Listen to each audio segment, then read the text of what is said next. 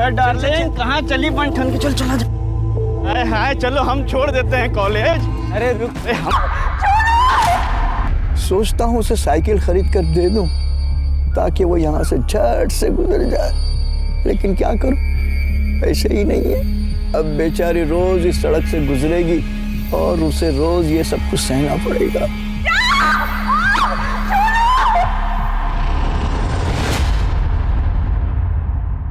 नमस्कार, आदाब।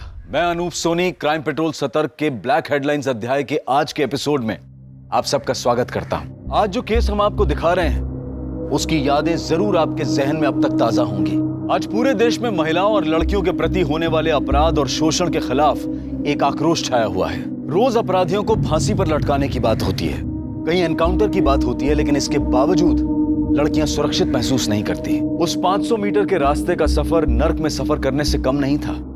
वो 500 मीटर की सड़क जहां हर रोज किसी न किसी लड़की के साथ कुछ ना कुछ जरूर होता था। अरे बिट्टू की अम्मा, अरे आज बिट्टू से मिलने जाना है बहुत जल्दी। घर पे बिट्टू राह देख रहा होगा अपनी, है ना? आज जाना चाहिए घर पे। मैं तो सोच रहा हूँ उसके लिए कुछ टॉफी वगैरह लेके।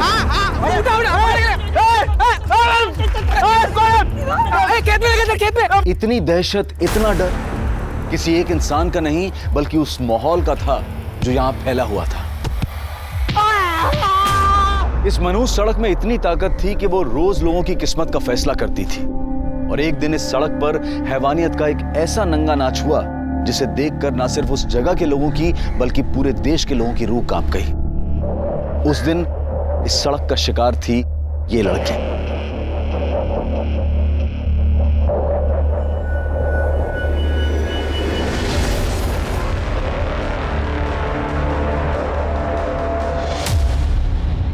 आज हम आपको इस लड़की की कहानी सुनाने जा रहे हैं। क्या हुआ था इस लड़की के साथ और आखिर इस 500 मीटर के खौफ के पीछे की असली ताकत क्या थी? देख, अच्छे से फोटो ले। रुक्मिणी ताई के कद से भी दुगने बड़े पोस्टर बनने चाहिए। रुक्मणी से बड़ा कोई नहीं हो सकता, उसका पोस्टर भी नहीं। वो तो है ताई।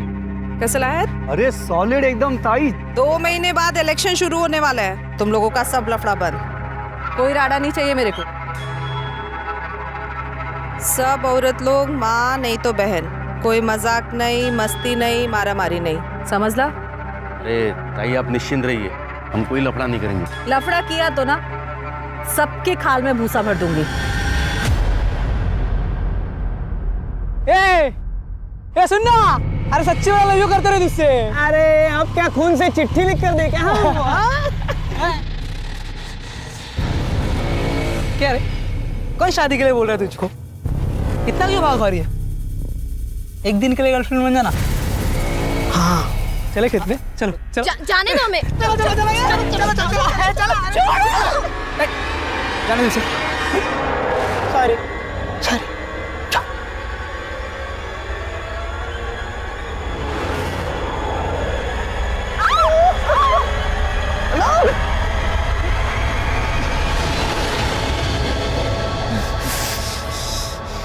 छोड़ेंगे नहीं इसको।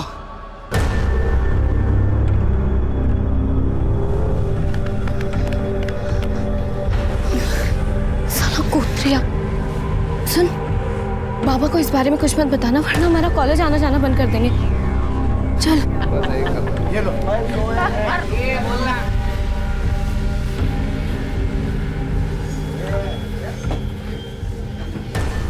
यहाँ क्या कर रही थी? वो बाबा। यहाँ क्यों आई हो? वो आजूबा परीक्षा शुरू होने वाली है ना, प्रैक्टिकल बुक के लिए पैसे चाहिए थे। तो यहाँ आने की क्या जरूरत थी? आई से मांग लेती, पता ही नहीं जगह कैसी है। अरे क्या रघु काका, नैना और वर्षा कोई छेड़ेगा क्या? वर्षा बोले तो तुम्हारी नात और प्रदीप बहू की बेटी है नैना, कोई छेड़ेगा ना उसको काट डालेगा मैं। ये ले, वापस यहाँ मत आना। चल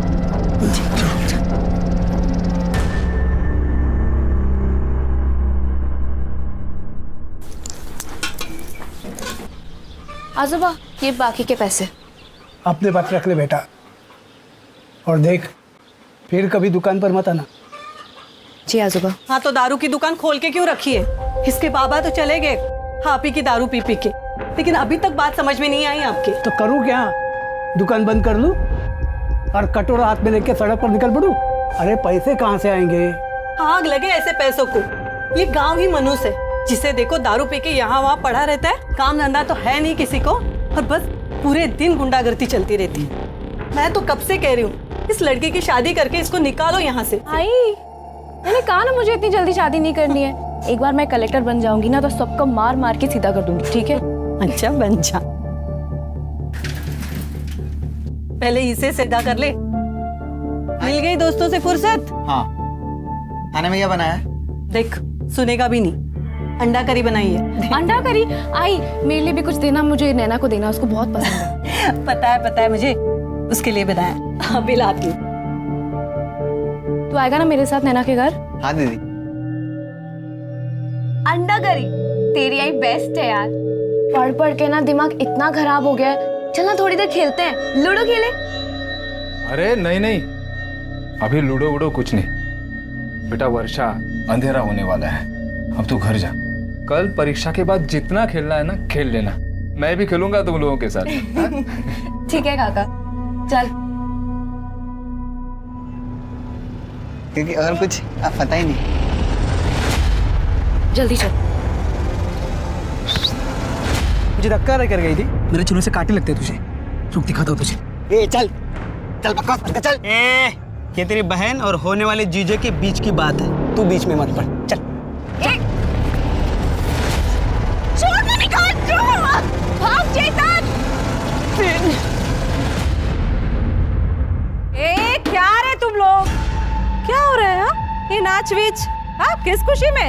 ये अपना विमल भाऊ है ना, इसका मुर्गा जीत गया है मुर्गा की लड़ाई में, और ये सुनील का मुर्गा ना वो हार गया। आज तो मुर्गा कटेगा और मुर्गा पकेगा, पार्टी होगी पार्टी। क्या बोला था मैंने? 2 महीने शांत नहीं रह सकते तुम लोग? बोला था ना मैंने कोई गलत काम नहीं करने का। ये मुर्गा विर्गा ये सब गैर कानूनी है, समझा ना?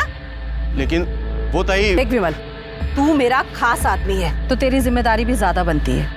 ये छोटे छोटे मुद्दे पर नमक मिर्ची लगाकर मेरी छवि खराब करने की कोशिश करेंगे विपक्ष वाले। देख कोई राड़ा नहीं चाहिए मेरे को। मेरी बिटिया की परीक्षा अच्छी जाए। आई देर हो रही है। हाँ बाबा। ए चल बेटा चल, दुकान खोलने का समय हो गया। चल तुझे बस स्टॉप पे छोड़ देता हूँ। अच्छा सुनो, मैं 2 बजे तक आ जाऊंगी, या एक ही पेपर है। ध्यान से चेतन को बोलना कि मुझे लेने के लिए आ जाएगा। तो पार्टी वाला रास्ता पता है ना? पता है बेटा। हाँ चल। अच्छा चल। परीक्षा अच्छे से देना, ध्यान देके। अरे जल रहा नहीं है यार, इसको भी पिलाना पड़ेगा। तेरे अंदर का हवा खत्म हो गया है। दारू डाल इसमें। ये ले, क्या मस्त खिलाया देख। जाना। अरे बियर खत्म हो गया? अभी मेरे को क्या मालूम। ये लो। अरे क्या रघु काका, इतना देर लगाता है तुम। जल्दी खत्म होगी क्या? काका पार्टी तो आज रात भर चलेगा क्या रे? पार्टी है, पीना पड़ेगा। नहीं थोड़ा पियो। आई अरे कहाँ था तू? जा जल्दी ताई को लेके आ। वो अभी थोड़ी ना आएगी, वो तो 5 बजे आएगी। अरे नहीं वो अभी आएगी, उसने बताया जल्दी आने वाली है वो। आई मुझे पता है ताई कभी आएगी। अरे नहीं तू जाओ, वो इंतजार करती होगी। अभी नहीं, मैं थोड़ा खा के अरे आता हूँ। सुन तो, वो इंतजार करती होगी। भूख लगी है।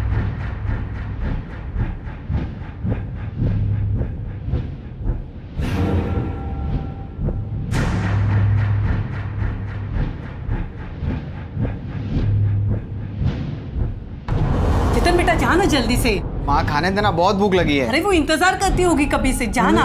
क्या नहीं? अरे उसका आज एक ही पेपर है, 2 बजे आने वाली है वो स्टॉप पे। हाँ, एक ही पेपर है? हाँ। अरे तो पहले बताना चाहिए ना। अभी से बता रही हूँ, जल्दी जा करके हो गया। रखना, बाद में होगा। खाने हाँ। आने के बाद खा। होगा। बस जहाँ जल्दी। हाँ लड़का है।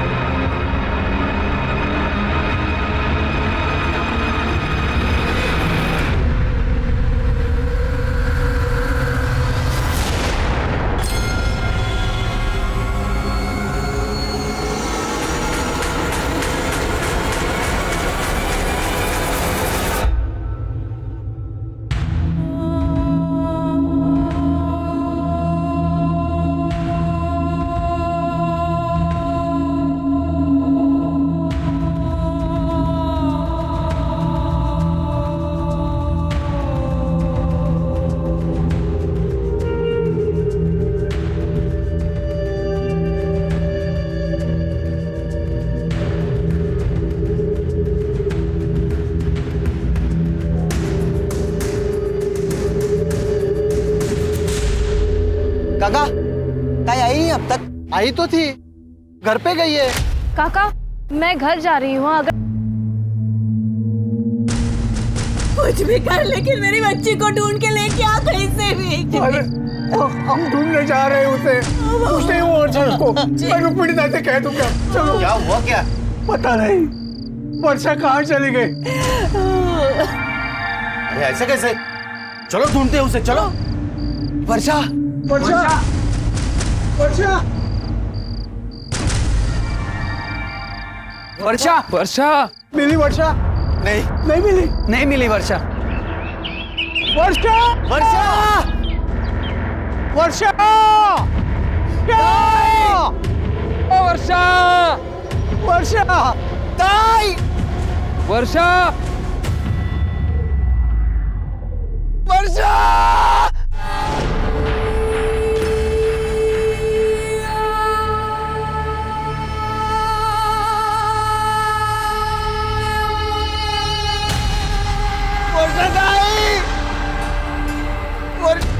वर्षाताई वर्षाताई वर्षा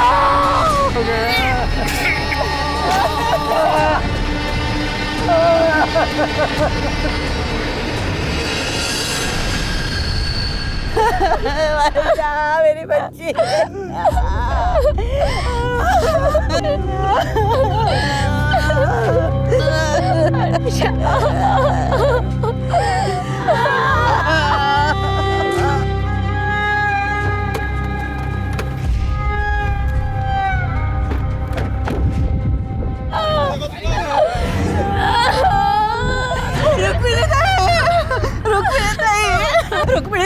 रुक्मिणी ताई देखो ना मेरे बच्चे के साथ क्या किया है मैंने। देखो ना मेरे साथ क्या किया। चुप करा, शांत हुआ। जिसने भी हमारी वर्षा के साथ ये सब किया है ना, तुम्हारी रुक्मिणी ताई उसे छोड़ेगी नहीं। उनके आंसू रुलाएगी उसे। पाताल में भी होगा तो ढूंढ के निकालूंगी मैं। 24 घंटे के अंदर, 24 घंटे के अंदर इसका फैसला होगा।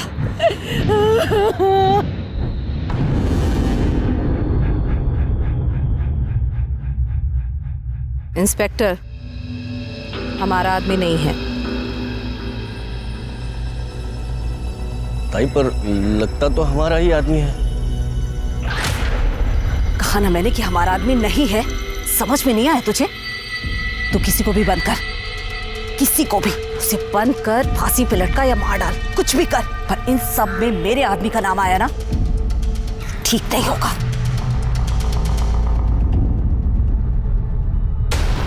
हत्यारों को फांसी दो, हत्यारों को फांसी दो, हत्यारों को फांसी दो, फांसी दो, फांसी दो, हत्यारों को फांसी दो, फांसी दो।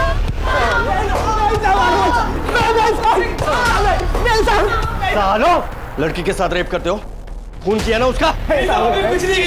झूठ बोल रहे हो? वहाँ बस स्टॉप पर देखा तुम दोनों को उस नींबू पानी वाले ने। चलो चलो भागो यहाँ से। साहब हम दोनों सच बोल रहे साहब, हमने कुछ भी नहीं किया था। हत्यारों को फांसी दो, फांसी दो, फांसी दो, हत्यारों को फांसी दो, फांसी दो, फांसी दो, हत्यारों को फांसी दो, फांसी दो, फांसी दो, हत्यारों को फांसी दो, फांसी दो, फांसी दो। वर्षा की बहुत ही निर्मम तरीके से हत्या हुई थी और इस बात को स्थानीय प्रशासन ने दबाने की पूरी कोशिश की थी, लेकिन सरकारी डिपार्टमेंट्स में ये बात फैल गई थी और आला अफसरों को खबर लगते ही उन्होंने चुनाव के समय किसी भी तरह के तनाव से बचने के लिए इस केस को क्राइम ब्रांच को सौंप दिया। सर, इस केस की जितनी भी डिटेल्स मुझे मिली है, अगर उनकी माने तो ये केस बहुत ही सेंसिटिव है। सिर्फ सेंसिटिव नहीं शिरके, इनह्यूमन भी है। एक इंसान ऐसा जानवर जैसा बर्ताव कैसे कर सकता है?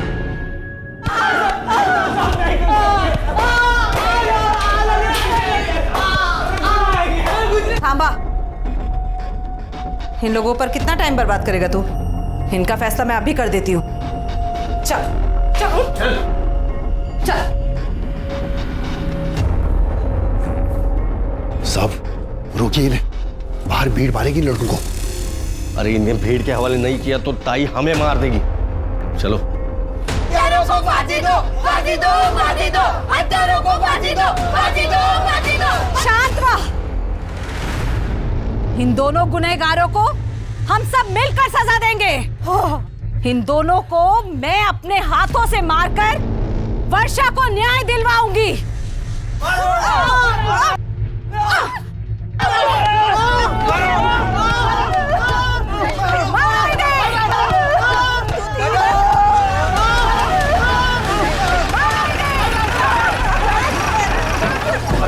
शिरके हट जाओ बाजू। चल, इनको सजा देने का काम कानून करेगा। पाप किया है इन लोगों ने, सजा तो मिलनी ही चाहिए। इन्हें सजा कानून देगा। यहाँ का कानून भी मैं हूँ और सरकार भी मैं। आमदार हूँ मैं यहाँ की। आमदार हो या मुख्यमंत्री, कानून से बढ़कर कोई नहीं होता। इन्हें किसी ने हाथ लगाने की कोशिश की तो इसके साथ उसको भी जेल में बंद कर दूंगा, फिर कोई भी क्यों ना हो। तुम लोगों ने इंसानियत तो नहीं दिखाई, लेकिन जो हैवानियत दिखाई है उससे तो जानवर भी डर जाएंगे। साहब हमने कुछ नहीं किया साहब। झूठ मत बोल। उस दिन बस स्टॉप के ऊपर ठेले वाले ने देखा था तुम्हें वर्षा के साथ। साहब हम उस दिन वर्षा के पीछे गए थे।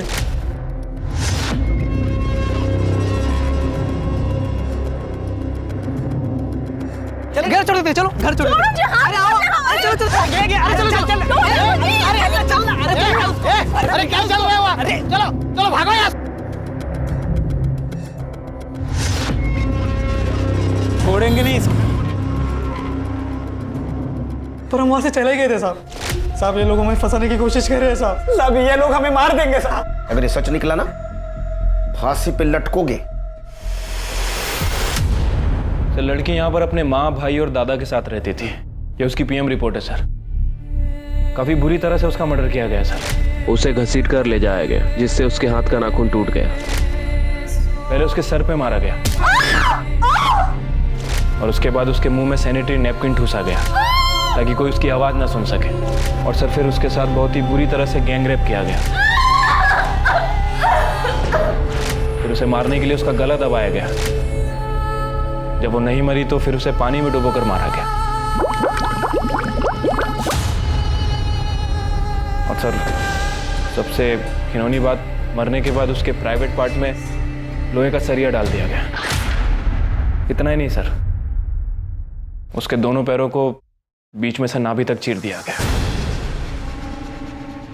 किस तरह के लोग हैं ये शिरके? हाँ, किस तरह के लोग हैं ये? मैंने मेरे पूरे पुलिस करियर में बहुत सारे रेप केसेस हैंडल किए, लेकिन इतना ब्रूटली कभी नहीं मारा किसी ने किसी को। उन लड़कों के साथ डीएनए मैच होता है?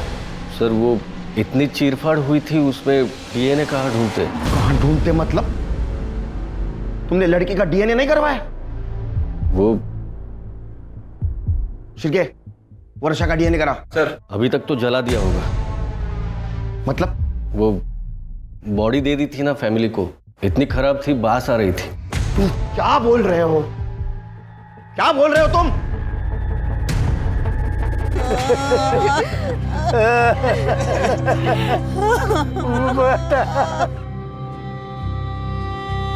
मैंने कहा ना मुझे इतनी जल्दी शादी नहीं करनी है। एक बार मैं कलेक्टर बन जाऊंगी ना तो सबको मार मार के सीधा कर दूंगी, ठीक है? वर्षा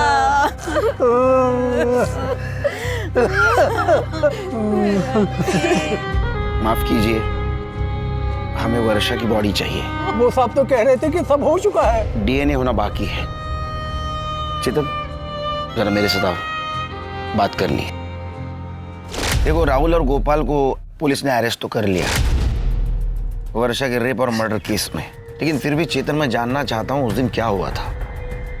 सर आई के एग्जाम चल रही थी। अच्छा सुनो, मैं 2 बजे तक आ जाऊंगी, या एक ही पेपर है। ध्यान से चेतन को बोलना कि मुझे लेने के लिए आ जाएगा। वो आज हम उसे बस स्टैंड छोड़ने गए थे। ताई ने कहा था कि वो 2 बजे तक वापस आ जाएगी, लेकिन मुझे पहुंचने में थोड़ी देर हो गई। ताई आई नहीं अब तक? आई तो थी, घर पे गई है। सर ताई बस स्टैंड उतरी थी, काका ने देखा था, लेकिन फिर वो कहाँ गई कुछ नहीं पता। और फिर हमें उनकी लाश। कहाँ हुआ था ये सब? सर वो 500 मीटर वाली सड़क पर।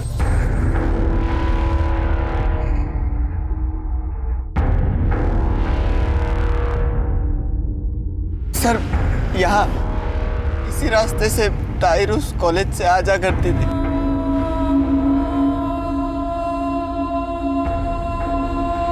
तुमने तो कहा था तुम्हारे आजोबा उसे छोड़ने गए थे और तुम लेने जाने वाले थे। तुम्हारा घर तो बस स्टॉप के पास ही है, फिर वो अकेले जाते आती क्यों नहीं थी?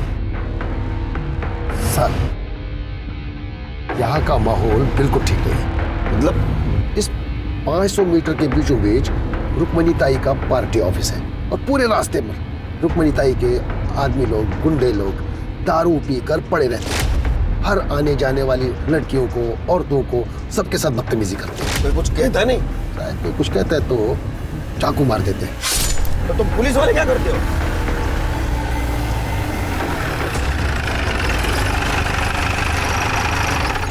फिर क्या हुआ? कुछ नहीं सर, मैं ताई को ढूंढते रहा। दूसरे रास्ते से गई होगी? नहीं सर, गांव जाने का एक ही रास्ता है।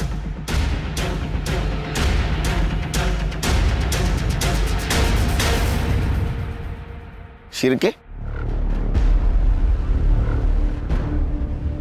रास्ता तो एकदम सुनसान दिखता है। अगर यहाँ कुछ होता तो चेतन को जरूर दिखता। वो क्या है? सर, वो फैक्ट्री है, बहुत दिन से बंद पड़ी है। चलो।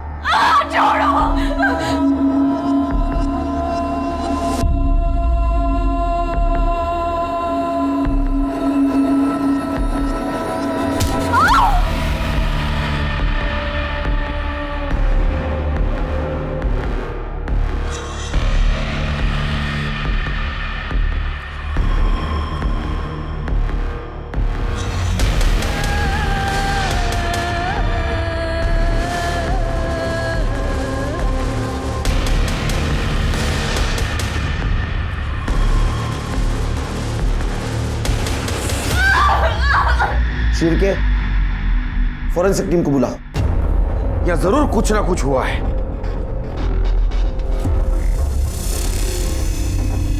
तुम उस दिन इस एरिया से गुजर रहे थे, कुछ नोटिस किया?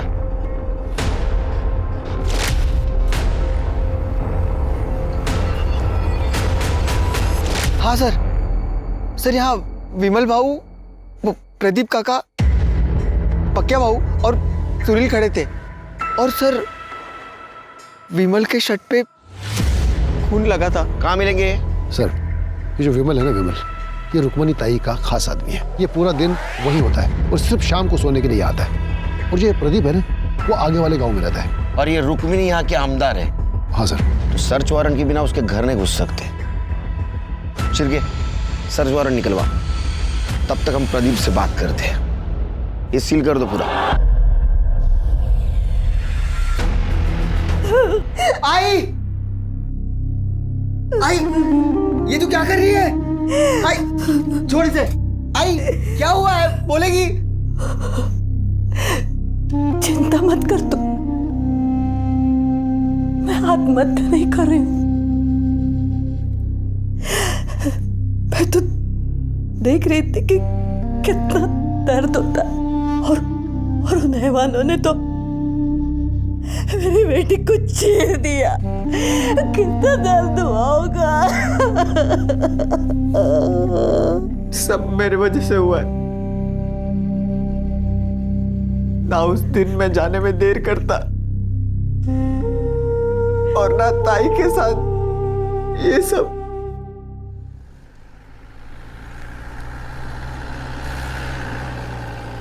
वो चेतन कह रहा था कि उस दिन तुम लोग वहां थे और विमल के कपड़ों पे खून के दाग थे। खून तो लगा था, वो विमल भाव का मुर्गा जीता था ना उस दिन, तो वहीं पर मुर्गा कटा था। वो विमल भाव ने खुद काटा था ना, तो उसका खून लगा था। साहब हम लोग वहीं पे खाना भी बनाए थे, दारू भी पिए थे साहब। और फिर बाद में पता चला कि वर्षा लापता है, तो पूरी रात हम लोग ढूंढे थे उसको और फिर सुबह उसकी लाश मिली साहब। विमल के कमरे में भी हमें खून मिला। हाँ बोल तो रहा हूँ ना साहब, वो मुर्गा कटा था ना, उसका खून लगा था साहब। और आप भी कहाँ उस चेतन की बातों में आ रहे हैं साहब। वो वैसे ही वो विमल भाव पे गुस्सा है। क्यों? वो रुको क्यों मारा इसको? लड़की छेड़ता है दादा। उठा उसको। अरे खड़ा हो। लड़की छेड़ता है? हाँ? लाज बट्टे लड़की। ए विमल भाव जाने दे, बच्चा है ना। लड़की छेड़ने का ना है साहब, उसी का गुस्सा निकाल रहा होगा।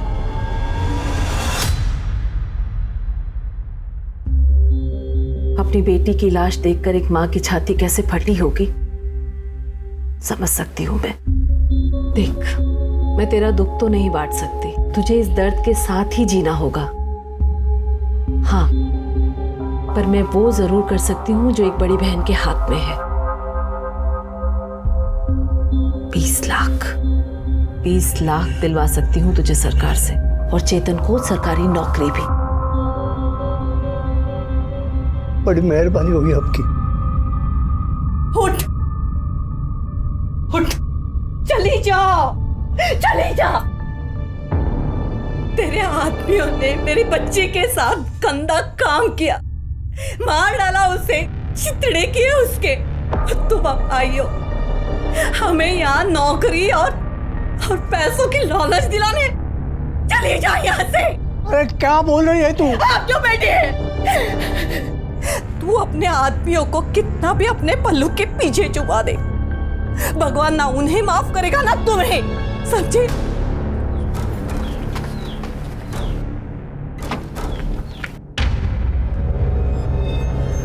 ये सब जो कुछ भी हुआ है ना, सब आपकी वजह से हुआ है।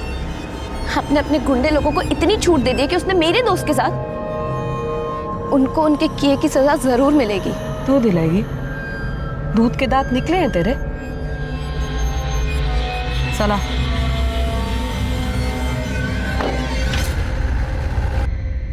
सर, सुनील पकिया और विमल की फोन लोकेशन के हिसाब से उनके फोन की लोकेशन इसी एरिया में है। Sir, I am sure Rukmini के घर में ही होंगे। मुझे भी लगता है। सर्च वारंट का क्या हुआ? अरे बराबर है।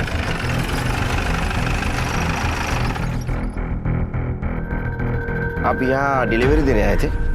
कोई कुछ भी कह ले, लेकिन मैं नहीं मानता। उन लोगों ने मेरी बच्ची के साथ कुछ किया होगा, और किया होता ना तो रुक्मिणी ताई खुद उन्हें जिंदा जला देती।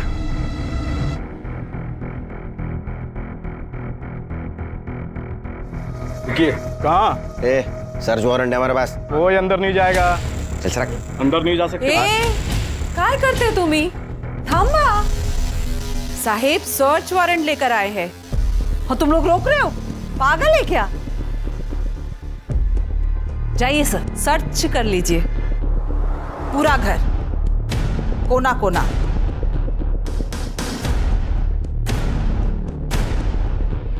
करने बगा जरा सुधा।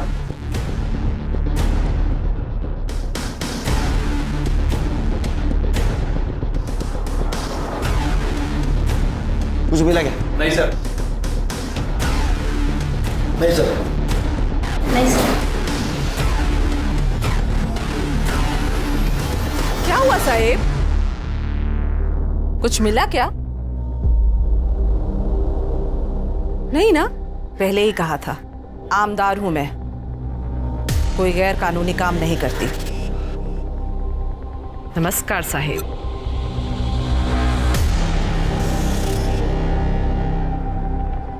ये विमल यहाँ नहीं तो कहाँ होगा? यार और हो गए बैठे बैठे, कब तक सड़ना पड़ेगा साला यहाँ पे। अरे टेंशन नहीं लेने का, ताई बंदोबस्त करती है ना। क्या ताई मदद करेगा है?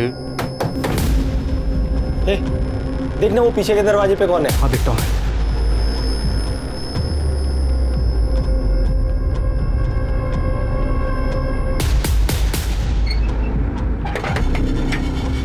बियर लाया हूँ।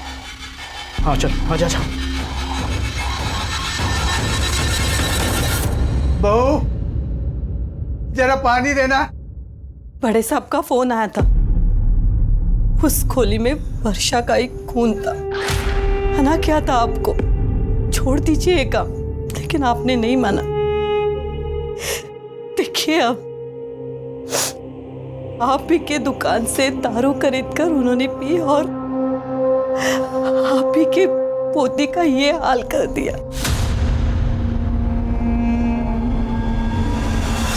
साहब, रुक्मिणी विमल, सुनील और पकिया को गांव से निकालने वाली है। भाई को लगा कि ये केस हमारे पुलिस वाले के हाथ में, लेकिन बाबा ये क्राइम वाला ऑफिसर बहुत कड़क है। अरे छोड़ना यार, वैसे भी ताई ने कहा है ना, आज रात नहीं तो कल रात तक पकिया बाबू विमल और सुनील को यहाँ से बाहर निकाल देंगे। बराबर है, बराबर है। अरे चल आजा आजा। ये पूरा है ना? आपने पहले क्यों नहीं बताया हमें ये? मुझे भरोसा था साहब कि वो मेरे साथ, मेरे पोती के साथ ऐसा नहीं कर सकते।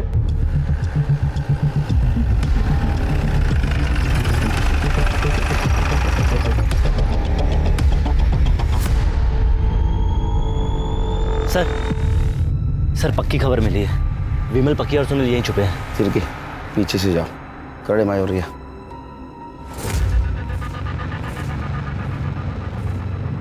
पर हो गया ना मेरा।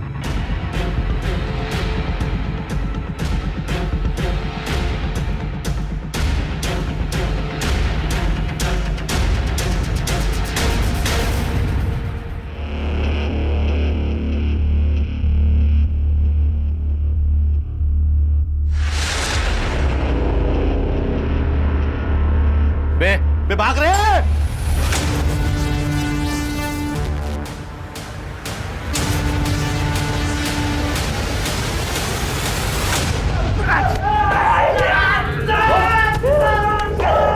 नया है ना, इसलिए तेरे को पता नहीं तेरे साथ क्या हो सकता है।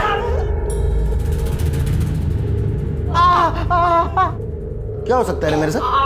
क्या हो सकता है? तेरे को गोली लग सकती है, तेरी जान जा सकती है, और सारा इल्जाम जाएगा विद्रोही लोगों पर। पकड़ लो, इनके नाखून निकालो सबके। बराबर बोलेंगे।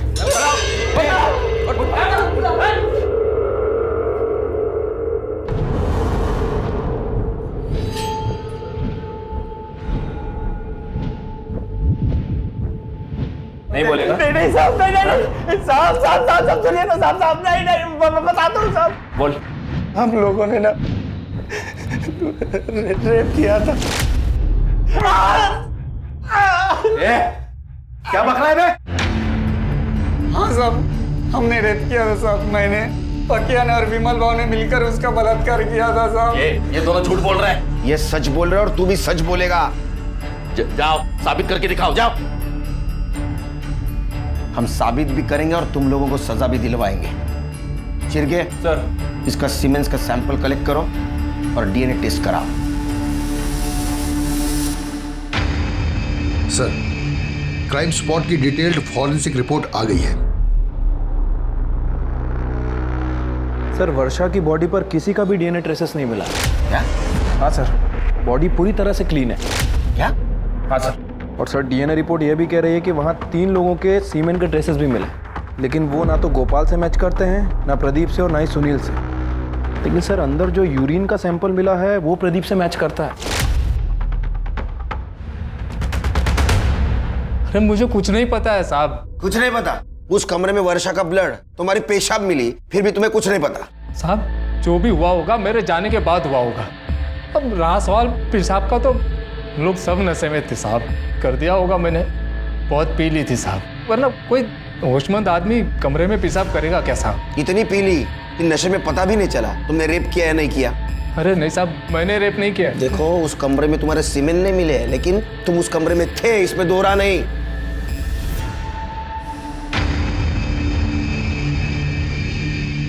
ए इंस्पेक्टर, किधर है मेरे आदमी? इनके आदमी अपने पास है। नहीं साला शाना बनता है ना तू। मैं जानती हूँ कि मेरे आदमी इधर ही है। तो ढूंढो, पुलिस स्टेशन में ढूंढो। सुनो, कोना कोना ढूंढना। चलो देखो इधर।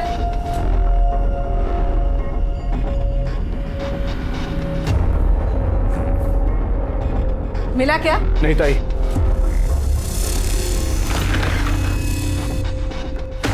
ये सब करके मेरी छवि नहीं तोड़ सकता तू। ऐसे कांच की छवि बनाई क्यों जो टूट जाए? रुक्मणी हाय हाय, रुक्मणी हाय हाय, रुक्मणी हाय हाय, रुक्मणी हाय हाय, रुक्मणी हाय हाय, रुक्मणी हाय हाय।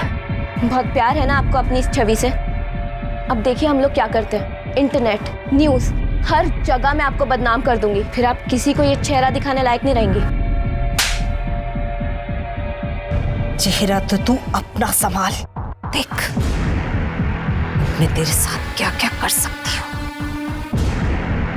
रुक्मणी हाय हाय, रुक्मणी रुक्मणी हाय हाय, रुक्मणी हाय हाय।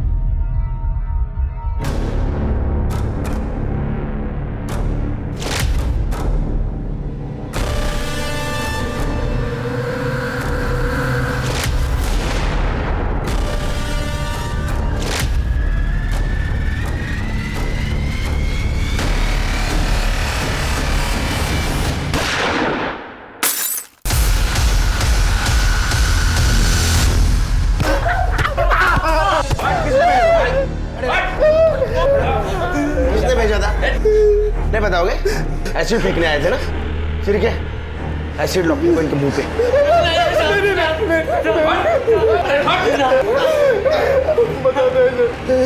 बता। रुक्मणी ताई।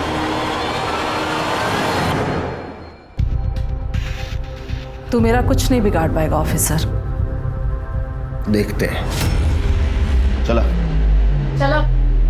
ताकत का नशा और ओहदे का घमंड इंसान के सर चढ़ जाता है और वो इतना मतलबी हो जाता है कि सही और गलत में फर्क नहीं कर पाता, जैसा कि रुक्मणी देवी के साथ हुआ। ये केस सिर्फ उस गांव, उस शहर ही नहीं बल्कि पूरे देश की नजरों में आ चुका था। हर जगह इस केस के बारे में बात हो रही थी, क्योंकि दिल्ली रेप केस के बाद ये दूसरा वैसा ही भयानक केस था। और सवाल ये नहीं था कि ये घिनौना अपराध किसने किया था, बल्कि सवाल ये था कि इस पीड़ित लड़की को न्याय मिलेगा या नहीं। मैंने कभी नहीं सोचा था कि रुक्मिणी ताई मेरी बेटी पर एसिड फिकवाएगी। अरे तुमने कभी रिश्ते का लिहाज नहीं किया तो रुक्मिणी ताई भला क्यों करती? जिस वक्त वर्षा का मर्डर हुआ उस वक्त तुम वहां थे ना? हाँ साहब, हम सब ने बहुत पी ली थी साहब।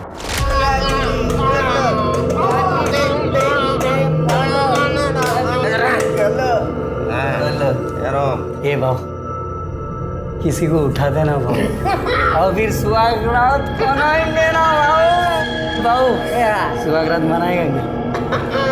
एक दे, मैं देख क्या दे।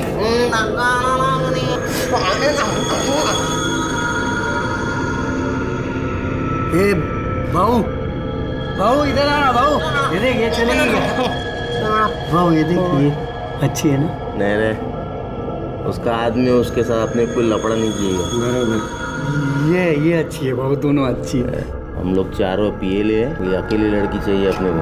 अरे क्या भाऊ, सालो तुम लोग देखते रहो, मैं अभी आता ही। हाँ तू जा। भाऊ ये अच्छी है भाऊ, उसको उठाते भाऊ।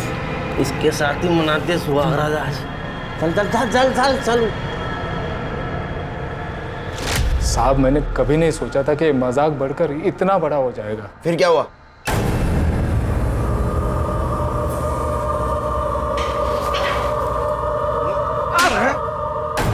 तेरे को ऐसे करते हो शर्म नहीं तेरे को? साहब मैंने कुछ नहीं किया। क्या सबूत है तुम्हारे पास? तुम्हारे सीमेंट और उस रूम में जो सीमेंट मिले वो मैच हुआ है। तो क्या हुआ? मैं और कई लड़कियों को वहां पे लेके जाता था। फिर क्या ऐसा नहीं मानेगा? इनफैक्ट मुझे टाइम वेस्ट करना ही नहीं है। ले चलो। कहाँ लेके जा रहा है?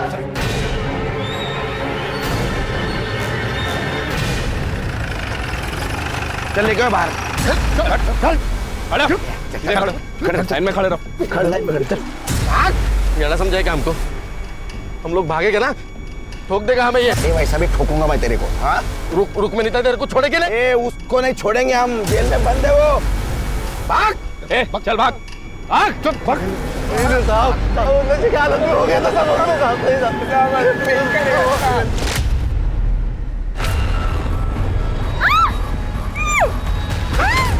ले पकड़।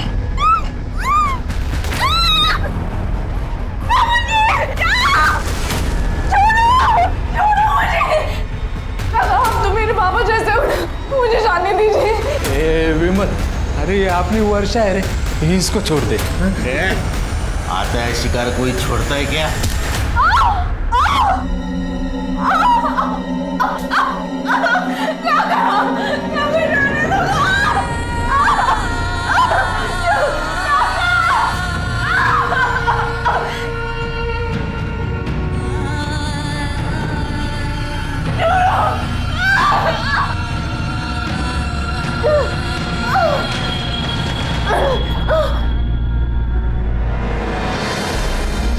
अरे इसको फेंकना पड़ेगा।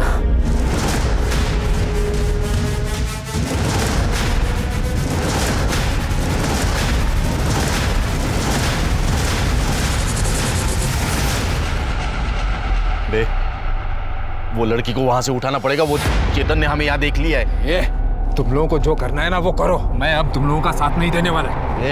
अगर कहीं भी मुंह खोला ना, ध्यान में रख, तेरी भी एक बेटी है। किसको नदी के पास लेके गए थे साथ?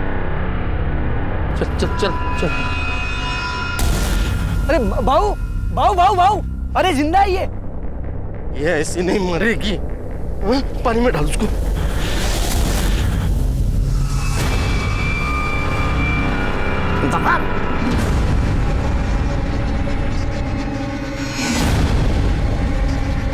बाद में मैंने उसके अंदर रॉड घुसा दी साहब, पके और मैंने साहब चिर दिया था साहब।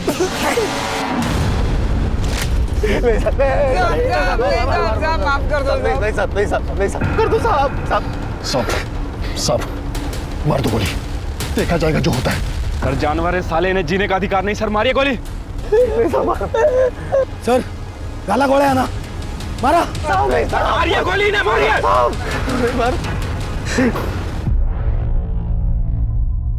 जी तो चाहता है तो मैं गोली मार दूं, लेकिन साला कानून को हाथ में लेके उसका अपमान नहीं करना चाहता मैं। लेकिन ऐसा हाल करूंगा ना तुम्हारा, देखो फांसी की सजा तो दिलवा के रहूंगा तुमको।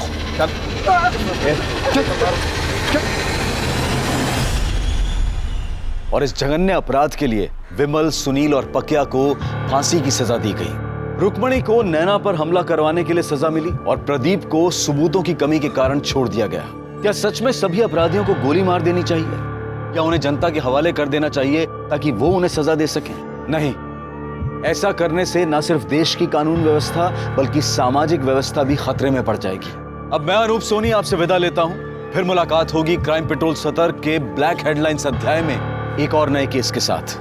और याद रखें, क्राइम और आपके बीच में सिर्फ इतना फर्क है कि आप कितने सतर्क हैं। सतर्क रहें, सुरक्षित रहें। जय हिंद।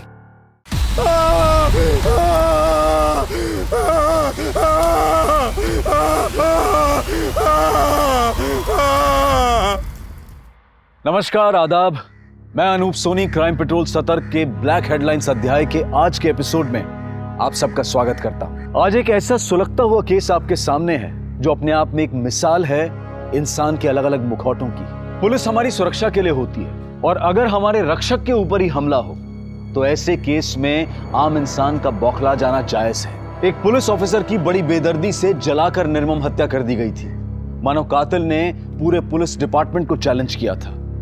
और इस ब्लैक हेडलाइंस ने ना सिर्फ उत्तर प्रदेश पुलिस को बल्कि साथ ही साथ पूरे देश को हिलाकर रख दिया था।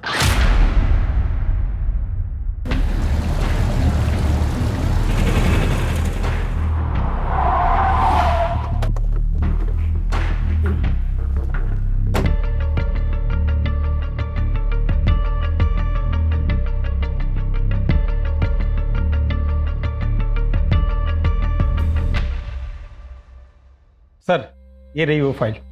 तुम आज रात हमारे घर डिनर कर रही हो। पर अंकल, हमें घर सेटअप करना है। परवर कुछ नहीं, आंटी का ऑर्डर है। यही है राजेश, जिनके बारे में मैंने तुमसे बात की थी। और राजेश, यह है गुंजन, मेरी भतीजी, जिसे तुम्हें ट्रेन करना है।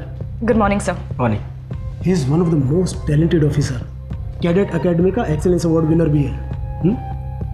और राजेश, तुम्हें मेरी भतीजी को ट्रेन तो करना ही है, लेकिन इसे मेरी भतीजी समझकर छूट देने की कोशिश मत करना। और गुंजन, हमारा मेंटर बहुत स्ट्रिक्ट है, जरा ध्यान से। अंकल ने आपकी बहुत तारीफ की है। I am really lucky to have you as my mentor. सुबह 7 बजे workout and be on time. Good luck.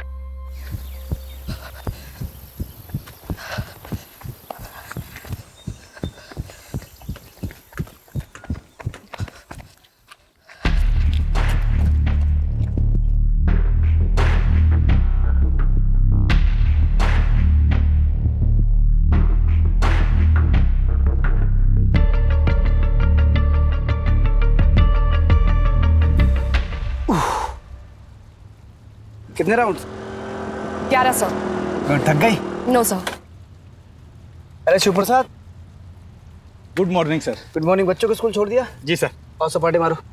अरे सर, हमसे नहीं हो पाएगा। बस ऐसे पेट लेके घूमती रहो। फिर बंदोबस्त के लिए तैयार हो? Yes sir. गुड।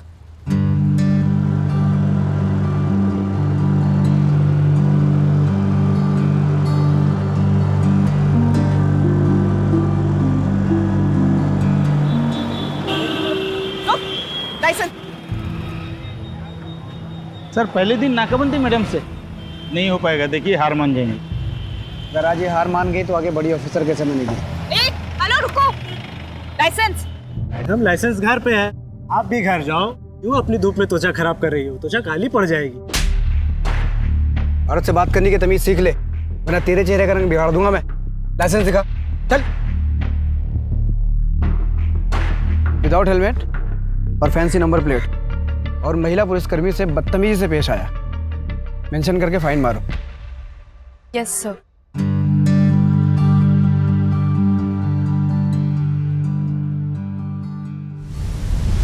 सर, आप इतना कॉन्फिडेंस लाते कहाँ से हैं? वर्दी से। बचपन में जब मैं अपने लो ना, खाना लो। बचपन में जब अपने पिताजी के साथ मैं खेत पे जाता था ना, तो हमारे खेत के पहले ना पुलिस चौकी पड़ती थी। तो वहाँ पे पुलिस वालों को देख के ना उनके साथ बनने का जुनून सवार हो गया मुझे।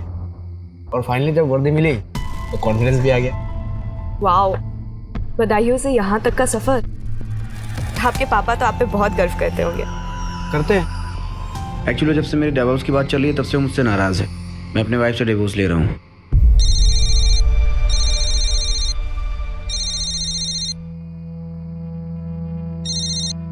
हाँ। कहाँ तक पहुँचे? कहाँ पहुँचे मतलब? तुमसे तो बात ही करनी बेकार है। सोनू का बर्थडे भी याद नहीं है ना आज तुमको? हेलो हेलो, सॉरी, कुछ अर्जेंसी है, मुझे निकलना पड़ेगा। Okay sir.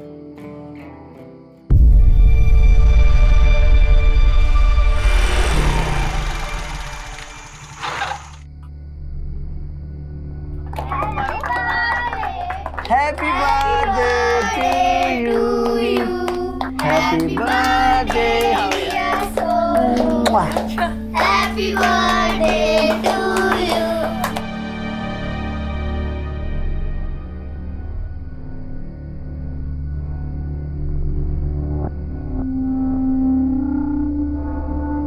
मुझे सुबह जल्दी उठना है।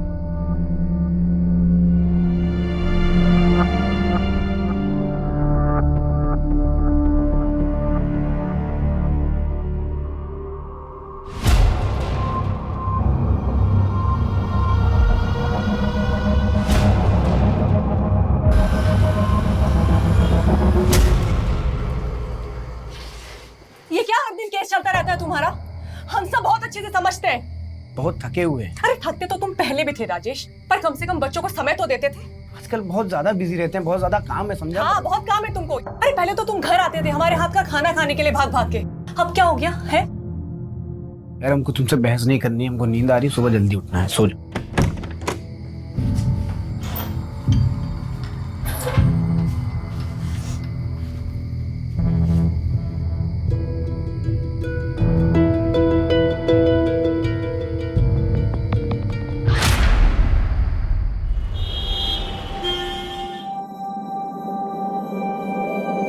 हेलो, हमको मिलना है तुमसे।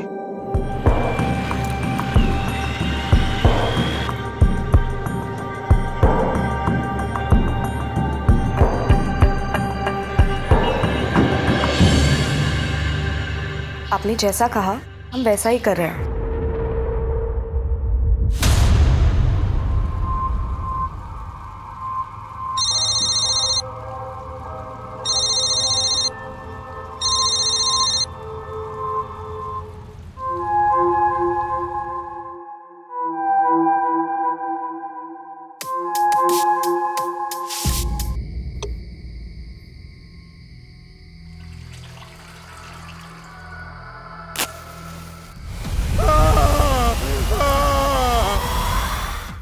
आज के दौर में ये कहना गलत नहीं होगा कि आप किसी भी इंसान को पूरी तरह से नहीं जान सकते हैं। हम सभी अपने चेहरों पर कई चेहरे लेकर चलते हैं। राजेश की जिंदगी में पिछले कुछ दिनों से जो चल रहा था उसका परिणाम एक भयानक रूप में सामने आया था। इतना तो तय था कि वारदात के बाद सामान्य रूप से चल रही कई जिंदगियों में भूचाल आने वाला था।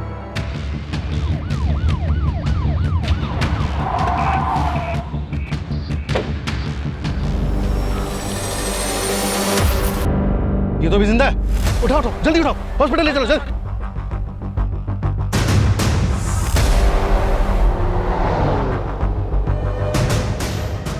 आईडी नंबर नोट करो, 7741। इसकी इंफॉर्मेशन निकालो जल्दी।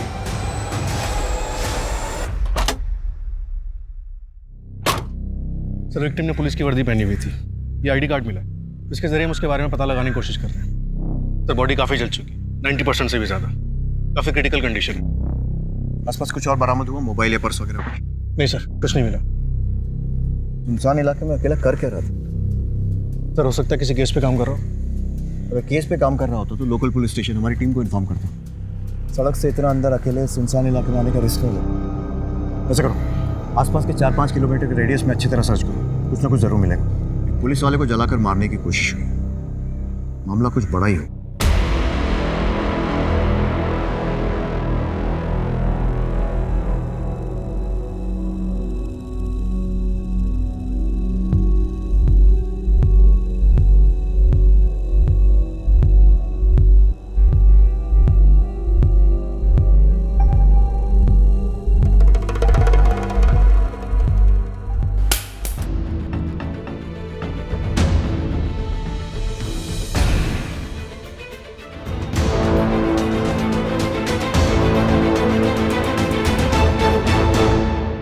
ओके सर, विक्टिम की आईडी कार्ड से पता चला है कि उसका नाम राजेश कुमार है, कुंदीनगर थाने में सब इंस्पेक्टर है। बाकी की डिटेल जानने के लिए थाने के इंस्पेक्टर सुनील त्यागी से बात करनी होगी।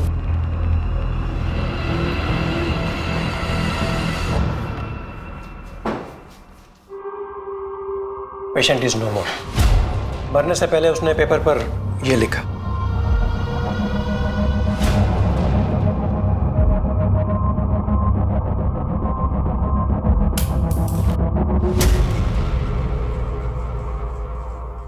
डॉक्टर, हमें बॉडी की ऑटोप्सी रिपोर्ट कितनी जल्दी मिल सकती है?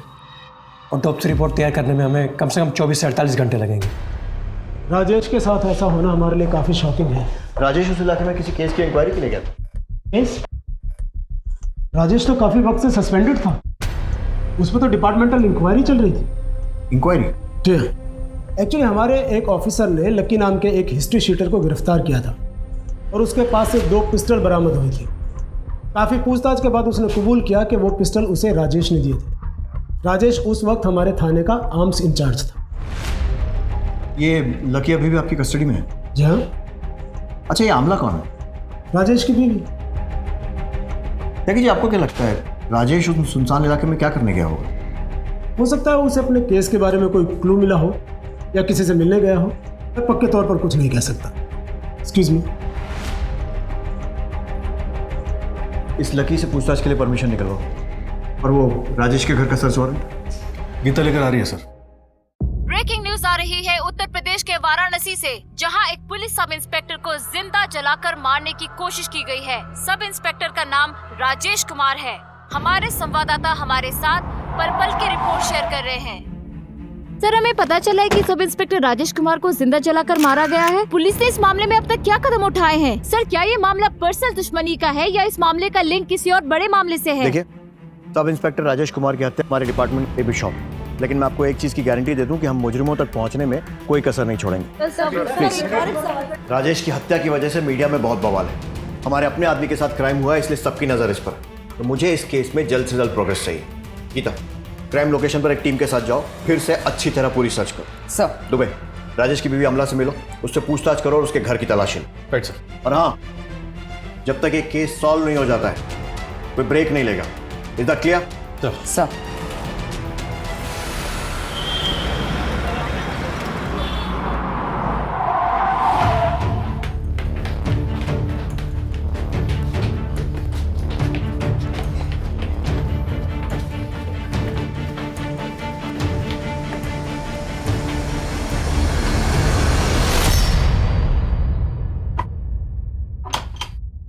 तोड़ दो ताला।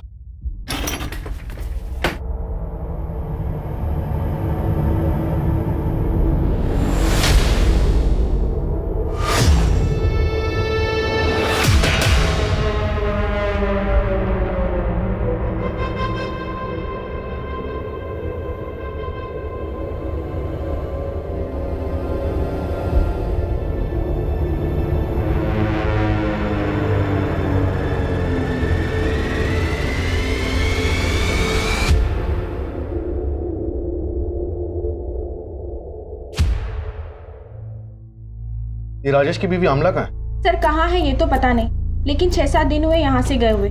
बच्चों के साथ निकलते हुए देखा था। और हाँ सर, हाथ में सूटकेस भी था। बहुत गुस्से में थी।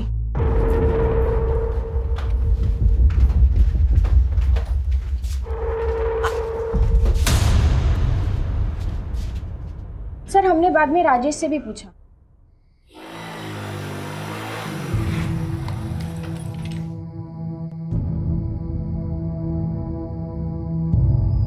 राजेश, आमला कहाँ गई है? वो हमारे गांव गई है बदायूं। अचानक से? बताया नहीं उसने। सब ठीक तो है ना आप दोनों के बीच? हाँ, सब ठीक है। वो अचानक उसका जाने का प्लान बन गया ना, तो इसलिए शायद बताना भूल गई होगी। हमें थोड़ा अजीब तो लगा था, क्योंकि सर इससे पहले आमला कभी बदायूं नहीं गई। और वैसे भी सर, पति पत्नी में अगर झगड़ा होता है तो पत्नी मायके जाती है, ना कि ससुराल। उनके बीच झगड़े किस बात पे होते थे? झगड़े होते तो थे, लेकिन किस बात पर होते थे वो हमें नहीं पता।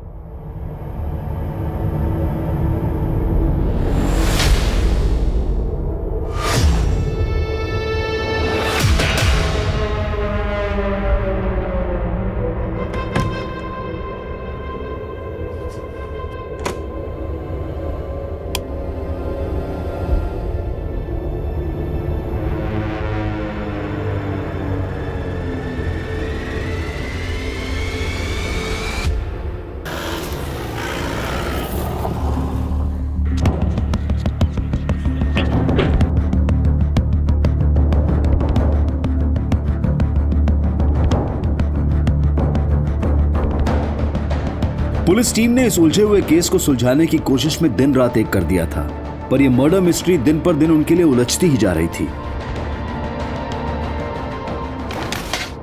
सर, पोस्टमार्टम रिपोर्ट के हिसाब से राजेश को जब जलाया गया तब वो काफी नशे में था। मतलब साफ है कि उस वक्त राजेश के साथ कोई था जिसने उसे पिलाया और फिर नशे की हालत में जलाकर मार दिया।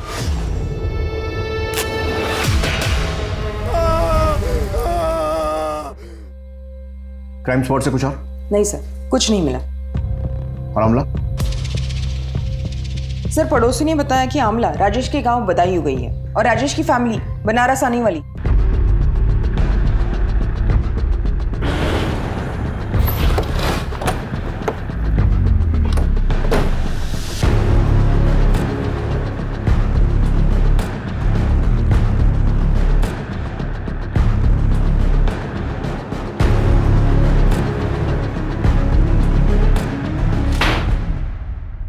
इंस्पेक्टर राजेश कुमार को मारने के लिए किसको भेजा? क्या बोल रहे हैं सर आप ये? अरे देख सर, ये एक्टिंग कहीं और जाकर दिखाना। तेरी पूरी हिस्ट्री है हमारे पास, तो सीधे सीधे बता कि तेरे किस आदमी ने राजेश को मारा है। सर वो सब हमें कुछ नहीं पता है, हमें बस इतना पता है कि राजेश ने हमें 2 गन दिए थे और वो सब मैं पहले ही बता चुका हूँ। सोचने का मौका दे रहा, सच सच बता दे, नहीं तो अपने तरीके से उगलवा लेंगे। दुबे, अपने सोर्सेस को इसके लोगों की कुंडली निकालने में लगा दो। Right sir. Sir Rajesh sir बहुत मेहनती और फिट रहने वाले लोगों में से थे। यहाँ तक कि बड़े साहब ने भी अपनी भतीजी गुंजन मैडम को उनसे ट्रेनिंग लेने को कहा था। वो हमारे बेस्ट ऑफिसर थे सर, पर जब से ये इंक्वायरी चल रहा था वो बहुत ज़्यादा परेशान रहने लगे थे, काफ़ी ड्रिंक भी करने लगे थे। किसके कहने पे हमारा नाम खराब करने की कोशिश की तूने? किसके कहने पे हमारा नाम खराब करने की कोशिश की तूने? बोल बेटा, एक बात कान खोल के सुन ले, सच का पता तो हम लगा के रहेंगे। तेरे लिए अच्छा होगा कि तू अपने मुंह से बता दे मुझे। बता किसके कहने पे किया? बोल राजेश, बोल राजेश, बोल राजेश। मुझसे बात नहीं कर सकते, ये मत भूलो कि तुम सस्पेंडेड हो। और ये क्या, शराब पी कर आए हो थाने में? सबके सब मिले हुए, सबके सब मिले हुए, लेकिन एक बात कान खोल के सुन लीजिए आप लोग, उनसे हमारी वर्दी कोई नहीं छीन सकता।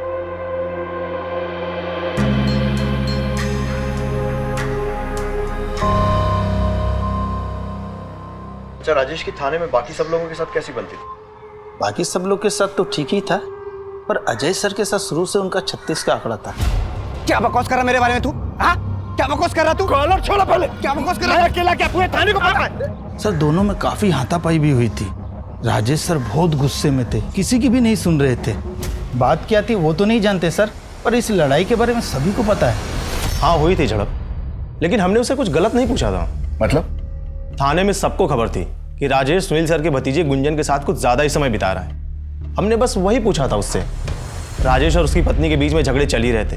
एक झगड़े के गवाह तो हम खुद हैं। अरे पहले तो तुम घर आते थे हमारे हाथ का खाना खाने के लिए भाग भाग के, अब क्या हो गया है? और इतना ही नहीं, हमारे कांस्टेबल ने राजेश को सुबह सुबह गुंजन के घर से निकलते हुए भी देखा था। ठीक, ये तो है राजेश की कहानी। अब अपनी कहानी सुना। राजेश से दुश्मनी की वजह? सर कोई जाति दुश्मनी नहीं थी, एक वर्क प्लेस में 2 कॉम्पिटिटर्स के बीच में जैसा होता है, सिर्फ उतना ही। कॉम्पिटिटर्स? और वो गन्स वाले केस में राजेश का इन्वॉल्वमेंट? उसकी लाइफस्टाइल देख के कोई भी बता देगा कि वो उस मामले में जरूर इन्वॉल्व होगा। उसके खर्चे उसकी कमाई से दुगना थे। आपकी भतीजी गुंजन इस वक्त कहाँ है? उसका एक्सीडेंट हो गया था, इसी वजह से वो लीव पर है अपने होम टाउन लखनऊ में। लेकिन आप गुंजन के बारे में क्यों पूछ रहे हैं? त्यागी जी, हमने सुना है कि गुंजन और राजेश के बीच में काफी नजदीकियां थी। देखिए, राजेश एक शादीशुदा बाल बच्चेदार आदमी था और गुंजन एक पढ़ी लिखी समझदार लड़की है। पहली बात तो ऐसा कुछ हुआ नहीं, और अगर ऐसा कुछ होता भी तो आपको नहीं लगता कि मैंने टैकल कर लिया होता? माफ कीजिए, मेरी कोर्ट में पेशी है, मुझे निकलना हो।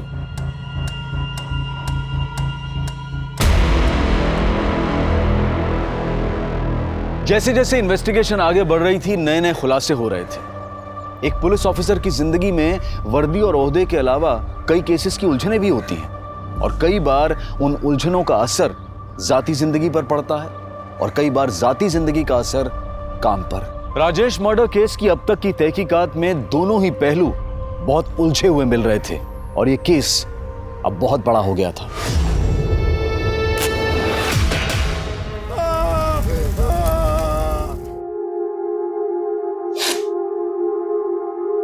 राजेश की पत्नी नहीं है आपके साथ? सर, सुनने में तो आया था कि वो आजकल यही बनारस में। बनारस में? लेकिन हमें तो पता चला है कि वो पिछले हफ्ते बदायूं चली गई थी। ये क्या बात कर रहे हैं सर? 6 महीने हो गए जब से डिवोर्स की बात चल रही है। वो बोला यहाँ बदायूं क्या करने आएगी साहब? 6 महीने? लेकिन 1 महीने पहले तो राजेश ने अपने बेटे का बर्थडे सेलिब्रेट किया था। सर, राजेश का कोई बेटा नहीं, उसकी एक बेटी है। यही है ना राजेश का परिवार? नहीं साहब, ये राजेश का परिवार नहीं है।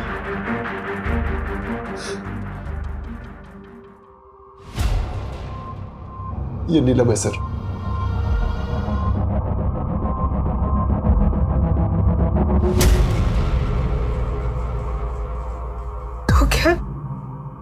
नीलम दूसरी औरत के बारे में सही कह रही थी।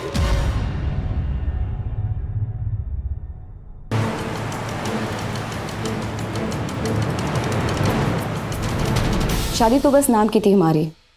शुरू में ट्रेनिंग के दौरान 3-4 महीने में 1-2 बार आ भी जाते थे।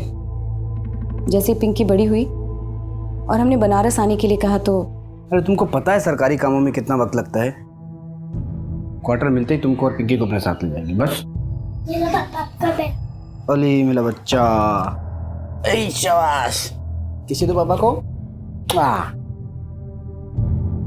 पहले तो पिंकी के बीमार होने पर या इसके कॉल करने पर आ भी जाते थे, फिर धीरे धीरे बंद हो गया। मुझे हमेशा से ही ऐसे लगता था कि वो मुझसे कुछ छुपा रहे हैं। तुम यहाँ बनारस में? पिंकी कहाँ है? मासी की है ललनपुर में। अभी तो हम बहुत बिजी हैं, तुम चलो हम शाम को मिलने मासी के घर आते हैं। वो हवलदार भैया बोले आप यही रहते पुलिस क्वार्टर में?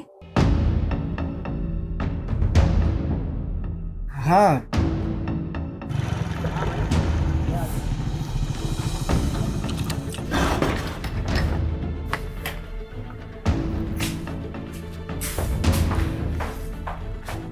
आपने बताया नहीं कि आपको पुलिस क्वार्टर मिला है? हम तो पिंकी की स्कूल शुरू होने से पहले ही शिफ्ट हो जाते यहाँ। अरे हम बताने वाले थे, भूल गए। अरे ज्यादा टाइम नहीं हुआ क्वार्टर मिले को।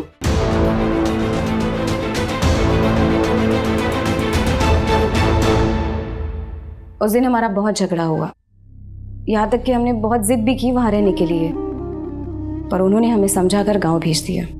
कुछ दिनों बाद तंग आकर हमने उन्हें जब डिवोर्स की बात की तो वो झट से मान गए।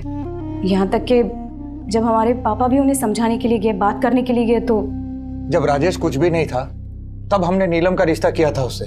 आज जब राजेश की सरकारी नौकरी लग गई है तो हमारी बेटी को छोड़ देने की बात कर रहा है।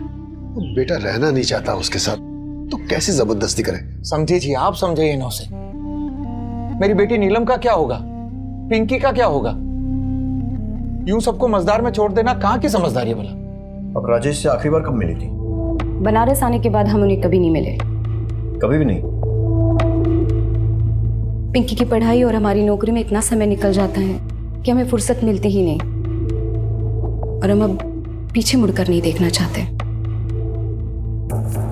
सर, नीलम को देख के ऐसा बिल्कुल भी नहीं लगा कि उस पर राजेश की मौत का कोई असर हुआ है। सुबह राजेश और नीलम का डाइवोर्स भी नहीं हुआ।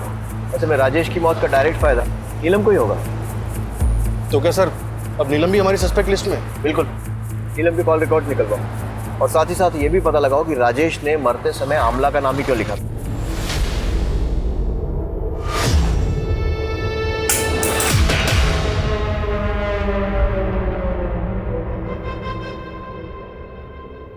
कहते हैं कि हर इंसान के कितने मुखौटे होते हैं ये वो खुद भी नहीं जानता। राजेश के कितने मुखौटे थे? अगर नीलम राजेश की पत्नी थी तो फिर अमला कौन थी? अमला का नाम राजेश ने मरने से पहले लिखा था। क्या वो कोई क्लू था, या फिर राजेश को अमला की चिंता थी, या वो अपने कातिल की तरफ इशारा कर रहा था? पुलिस के लिए गुत्थी सुलझने की बजाय हर कदम पर और उलझती जा रही थी।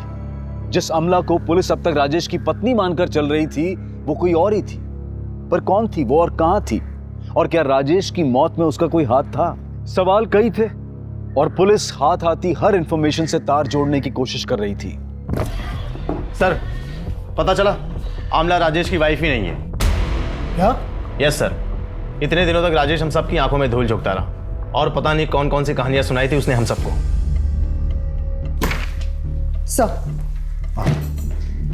सर हर सीसीटीवी फुटेज चेक किया लेकिन राजेश का कहीं पर भी कोई फुटेज नहीं मिला। जिस भी व्हीकल पर डाउट होता है सर्च करो। राजेश किसी ना किसी जरिए से किसी साधन से वहां पहुंचा हो। आसपास वालों से भी पूछताछ जारी रखो। और सर एक खबरी से ये भी पता चला है कि लकी के घर कुंती नगर थाने से कोई पैसे भेजता था। गीता, तुम लकी के घर जाओ। सर,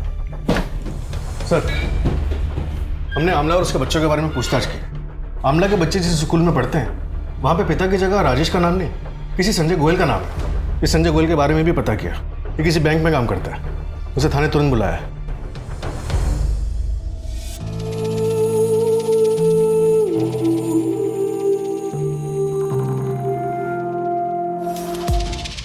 सर, हमारा तलाक 2 साल पहले हो गया था। आमला का हमारी माँ के प्रति व्यवहार बिल्कुल अच्छा नहीं था। हमने बहुत कोशिश की बदलने की कि सब कुछ ठीक हो जाए, लेकिन वो नहीं बदली। बहुत जिद्दी है। आमला, तुम्हें किसी भी चीज की जरूरत हो, कोई भी हेल्प चाहिए तो मुझे बेझिझक बोलना। झिझक? झिझक कैसी? तलाक के बाद तो ये हमारा हक है। बस तुम पैसे टाइम से भिजवा दिया करना। अम्मा की दवाइयों का बहाना लगा लगा के ना हर बार की तरह कटौती मत करना, वरना हम नहीं फिर कोर्ट बात करेगी तुमसे, समझे? हम अक्सर आमला से और अपने बच्चों से मिलने उसके घर जाते थे, और एक दिन मम्मी कहाँ है तुम्हारी? मम्मी अंदर है। अच्छा, क्या मजा नहीं आ रहा? मैं भी तो सुनूं। नजदीक का बताता हूँ। ऐसे नहीं आती नजदीक। बहुत दिनों से कुछ गिफ्ट नहीं लेकर आए।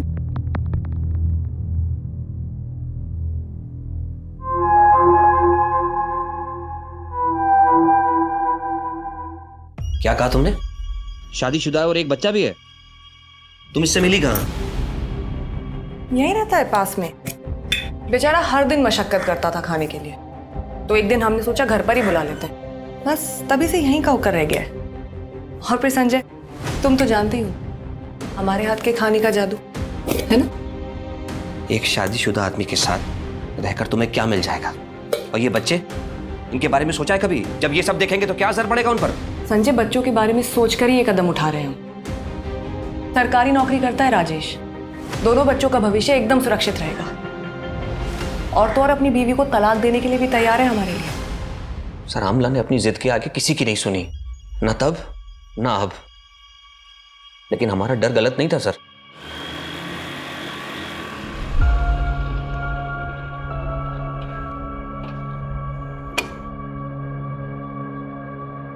क्या हुआ आमला? मुझे क्यों बुलाया? उसको अब हमें इंटरेस्ट नहीं रहा है। हमने तुमसे पहले ही कहा था वो तुमसे शादी नहीं करेगा। तुम ही सपने देख रही थी शादी के उससे। राजेश पुलिस में है, अच्छा कमाता है, अच्छा दिखता है। अब इस उम्र में भला राजेश से बेहतर 2 बच्चों के साथ हमको और कौन मिलेगा? हम नहीं थे तुम्हारे पास? राजेश ने हमारे लिए अपने बीवी बच्चों को छोड़ दिया, और तुमने अपनी माँ के लिए हमें ही छोड़ दिया। हम बच्चों के स्कूल की फीस भी भरनी है। हमको तो समझ ही नहीं आ रहा है कि हम इतना सारा खर्चा अकेले कैसे उठाएंगे। चिंता नहीं करना, हम कल ही तुम्हारे अकाउंट में पैसे भिजवा देंगे। आमला से आखिरी बार कब मिले थे? सर, मिले तो नहीं, लेकिन कुछ दिन पहले उसका फोन आया था। किसी प्रॉपर्टी डीलर का नंबर मांग रही थी। हमने वो नंबर फॉरवर्ड कर दिया, और तब से लेकर अब तक हमारी कोई मुलाकात नहीं हुई उससे। हमें उस प्रॉपर्टी डीलर की डिटेल्स चाहिए। जी। नंबर बोलो। दुबे, इस प्रॉपर्टी डीलर से बात करो। मैं गुंजन से पूछताछ के लिए निकलता हूँ। Right sir.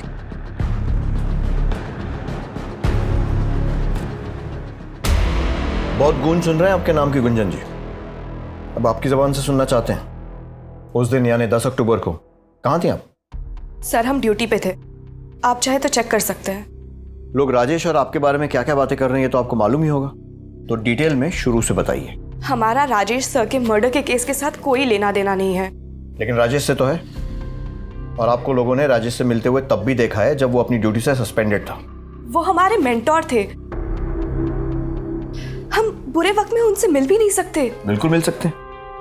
फिर तो राजेश के मरने के बाद हॉस्पिटल आकर उसको देखना और हमसे बात करने का समय भी निकाल सकते हैं। देखिए सर, हम राजेश सर को बहुत मानते थे, वो हमें ट्रेन कर रहे थे और हम इमोशनली भी काफी कनेक्टेड थे। और जब हमारा एक्सीडेंट हुआ तब अंकल ने बोला कि मैंने भैया को फ़ोन कर दिया है, वो बस पहुंचने ही वाले होंगे। तुम उनके साथ घर चले जाओ, तुम्हें अच्छा लगेगा। क्या राजेश की मौत का उसके केस से कोई लेना देना हो सकता है? राजेश सर हमेशा कहा करते थे कि उन्हें कोई फंसा रहा है, पर अंकल का कहना था कि राजेश सर अच्छे इंसान नहीं है।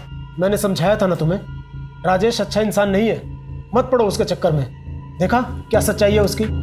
अब जैसा मैं कहूँ वैसा करो। तुम्हारे और राजेश के बीच में जो कुछ था उसे भूल जाओ, खामा बदनामी होगी। कुछ दिन बाद मैं तुम्हारा ट्रांसफर किसी दूसरी जगह कर दूंगा, तुम वहां से अपनी जिंदगी की नई शुरुआत करना। अब तो ऐसी हालत हो गई है कि किसी पे भी भरोसा करने की हिम्मत नहीं होती।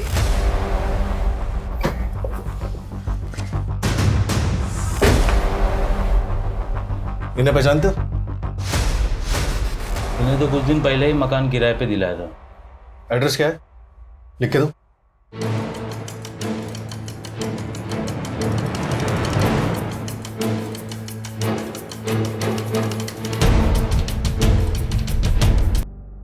सर, ये आमला के घर पे कुछ तो बड़ा कांड हुआ है, आप प्लीज जल्दी आइए। ठीक है, ओके सर।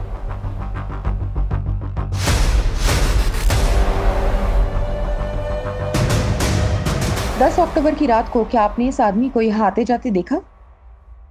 वैसे तो देर शाम कोई आता जाता नहीं, लेकिन हाँ, जब हम घर को वापस जा रहे थे तो हमने देखा कि स्कूटर पर दो लोग आए थे और अंधेरे में जा रहे थे।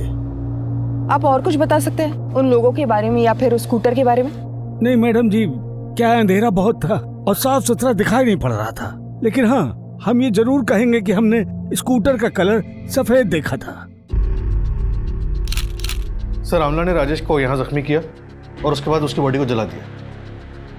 पोस्टमार्टम में किसी भी जख्म का जिक्र नहीं है, लेकिन एक क्राइम सीन देखकर लगता है कि अकेले आमला का काम तो नहीं हो सकता। जरूर कोई ना कोई था जो उसकी मदद कर रहा था।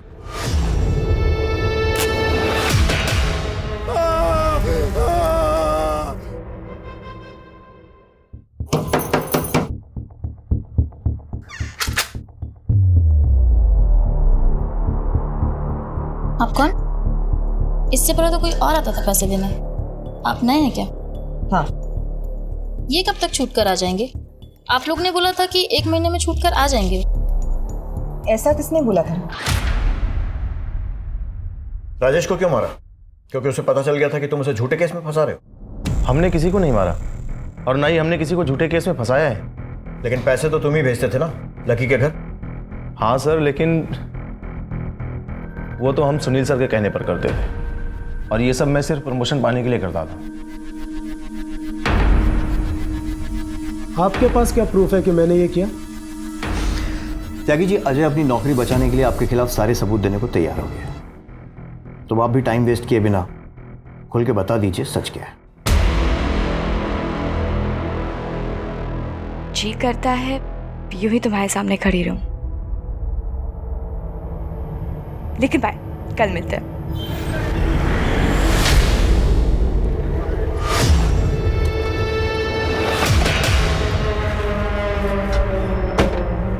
तुम्हें उसे जो सिखाना था तुमने सिखा दिया। तुमसे पहले भी कह चुका हूँ कि उससे दूर रहो, वरना ऐसी जगह ट्रांसफर करूंगा ना कि बिजली पानी को तरस जाओगे। आप मेरा ट्रांसफर तो करा देंगे सर, और गुंजन को कैसे रोक पाएंगे मेरे साथ आने से? जब राजेश फिर भी नहीं माना तो हमने एक तीर से दो शिकार करने के बारे में सोचा। हमने उसे एक ऐसे केस में फंसाया जिससे हम ही उसे निकाल सकते थे।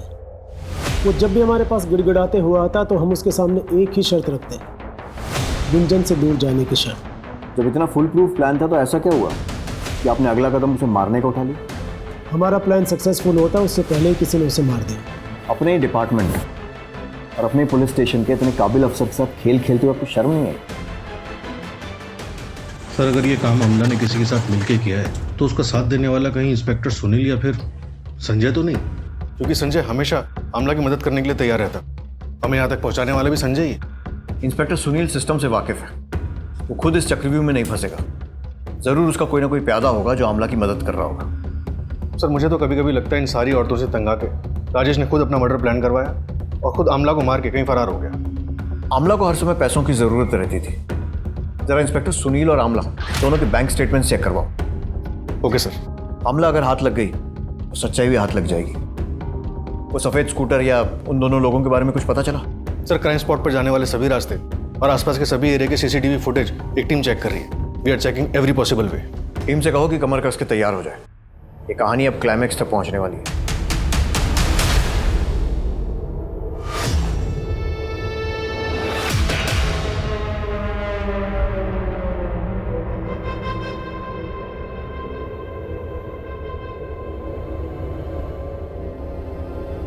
बहू, बच्ची को लेकर तुम घर आ जाओ। घर?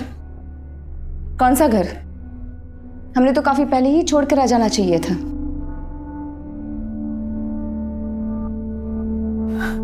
ऐसा ना कहो बहू, ये बच्ची राजेश की आखिरी निशानी है।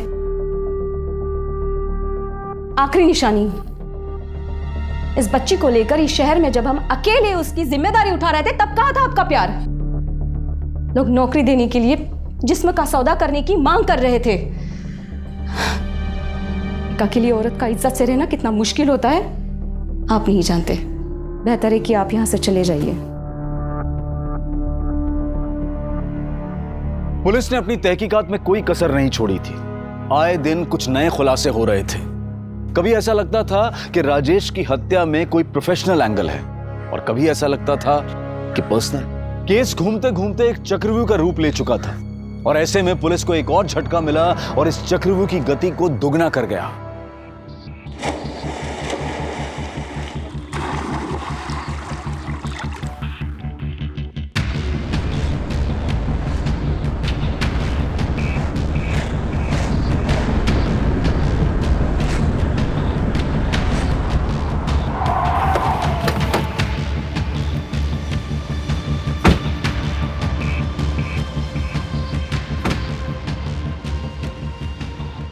हमें सूटकेस में एक लाश के होने की खबर मिली थी। आपने जो अपने थाने से एक फोटो भेजा था उसका चेहरा इससे मिल रहा है।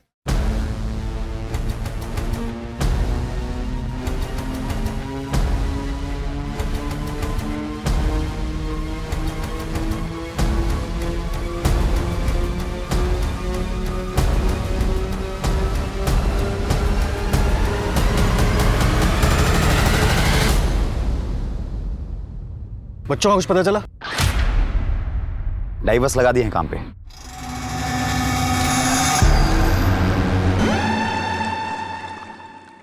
दुबे, इस केस ने तो सीधा यू टर्न ले लिया है। जिस अमला को अब तक हम संभवतः दोषी मान रहे थे वो तो खुद विक्टिम निकली। दीपक नगर के आसपास का पूरा एरिया छान मारो, एक एक से पूछताछ करो। इतने बड़े सूटकेस में डेड बॉडी ले जाई गई है, किसी ना किसी ने कुछ तो देखा होगा।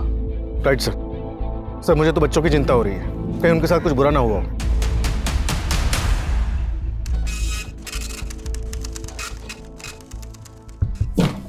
सर हमने आमना, नीलम और राजेश तीनों के पिछले कई हफ्तों के फ़ोन लोकेशन मैच किए। सरप्राइजिंगली तीनों की लोकेशन कई बार एक ही जगह दिखा रहा है। दुबे, अब तक की कहानी हमें जिस दिशा में ले जा रही है, इन तीनों का इंटेंशनली एक साथ होना तो इम्पॉसिबल है। ज़रूर नीलम ही आमला और राजेश का पीछा करती थी। लेकिन सर पिछले कुछ दिनों से नीलम की लोकेशन अलग दिखा रहा है। हो सकता है उसने अपना फ़ोन बदल लिया हो या फिर ये सब मर्डर के पहले की तैयारी हो। सर डीएनए रिपोर्ट के मुताबिक घर में आमला के ब्लड के अलावा राजेश का ब्लड भी था। दोनों का? लेकिन फिर कातिल ने इतनी अलग अलग तरीके से दोनों को ठिकाने क्यों लगाया? सर दोनों को मारने का मोटिव गुंजन और नीलम के पास ही हो सकता है। गुंजन को आमला के बारे में पता चल गया हो और उसने दोनों को मार दिया। तो फिर आमला के बच्चे कहाँ हैं? ये भी हो सकता है कि संजय ने बच्चों को पाने के लिए आमला को मारा और जब बीच बचाव के लिए राजेश आया तो उसे भी मारना पड़ा। लेकिन सर उस प्रॉपर्टी डीलर का एड्रेस हमें संजय नहीं दिया।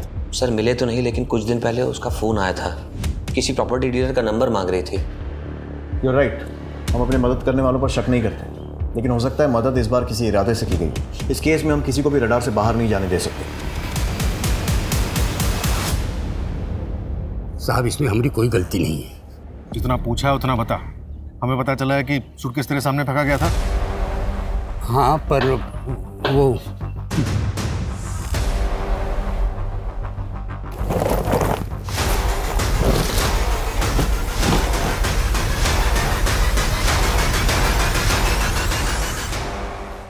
ये बता कि जिसने सूटकेस फेंका था उसे पहचान सकता है?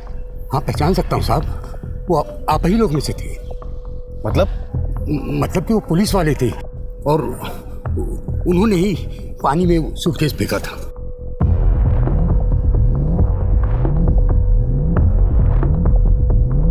ये था? नहीं। ये? नहीं, ये भी नहीं। ये? यही था साहब, यही था। क्या हुआ साहब? ये नया सूटकेस पानी में काहे फेंक दिए?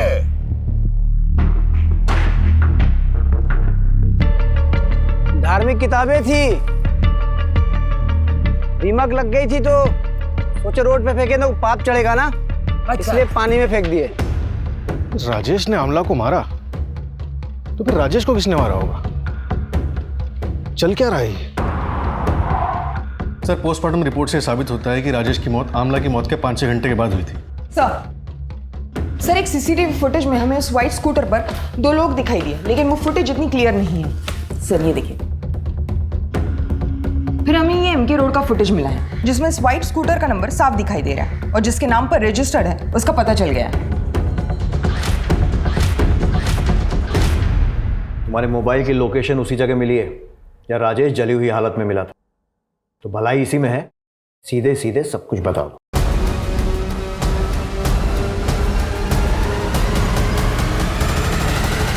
तुम्हें कैसे पता था कि राजेश उस रात वहीं मिलेगा? हम बहुत दिन से उसका पीछा कर रहे थे सर, और उस दिन तुमने अगर हमसे शादी नहीं की ना तो हम जाके सबको सच्चाई बता देंगे। अरे केस तो तुम्हारे ऊपर पहले ही चल रहा है और तुम्हारी नौकरी भी 100% जाएगी। जान से मारेंगे। फिर थोड़ी देर बाद राजेश दोनों बच्चों को घर से लेके बाहर गया। हम उसका पीछा किए तो देखें बच्चों को वो कुमार नगर में अपने दोस्त के घर पे छोड़ा और वापस आते हुए उसकी कार में एक सूटकेस लेके आया। लगभग 1-1.5 घंटे के बाद वो वही सूटकेस लेके दोबारा घर से बाहर गया।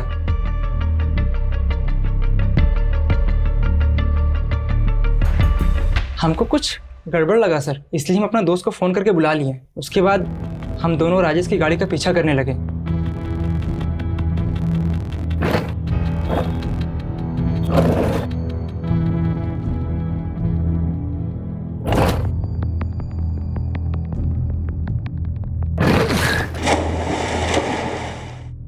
वो किसी का नहीं था सर, वो अपने फायदे के लिए किसी को भी छोड़ सकता था, किसी को भी मार सकता था।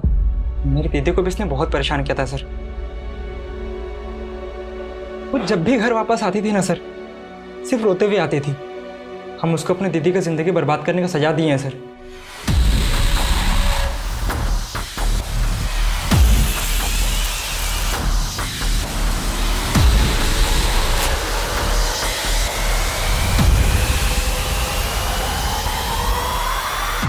और ये सोचे हो कि सजा देने के चक्कर में तुमने खुद को कितनी बड़ी सजा दी है, और उससे भी बड़ी सजा दी है अपने परिवार को।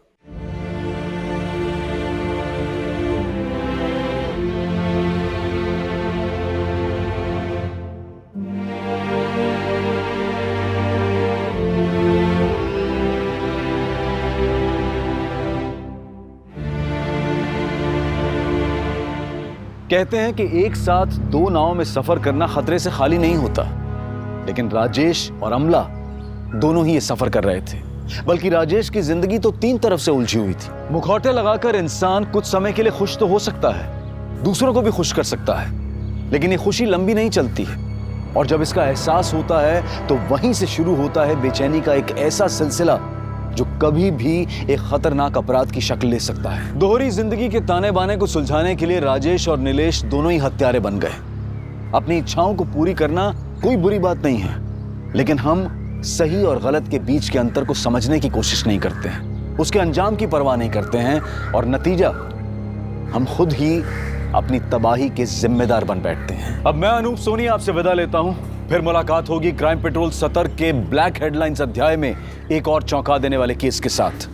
और याद रखें, क्राइम और आपके बीच में सिर्फ इतना फर्क है कि आप कितने सतर्क हैं। सतर्क रहें, सुरक्षित रहें। जय हिंद।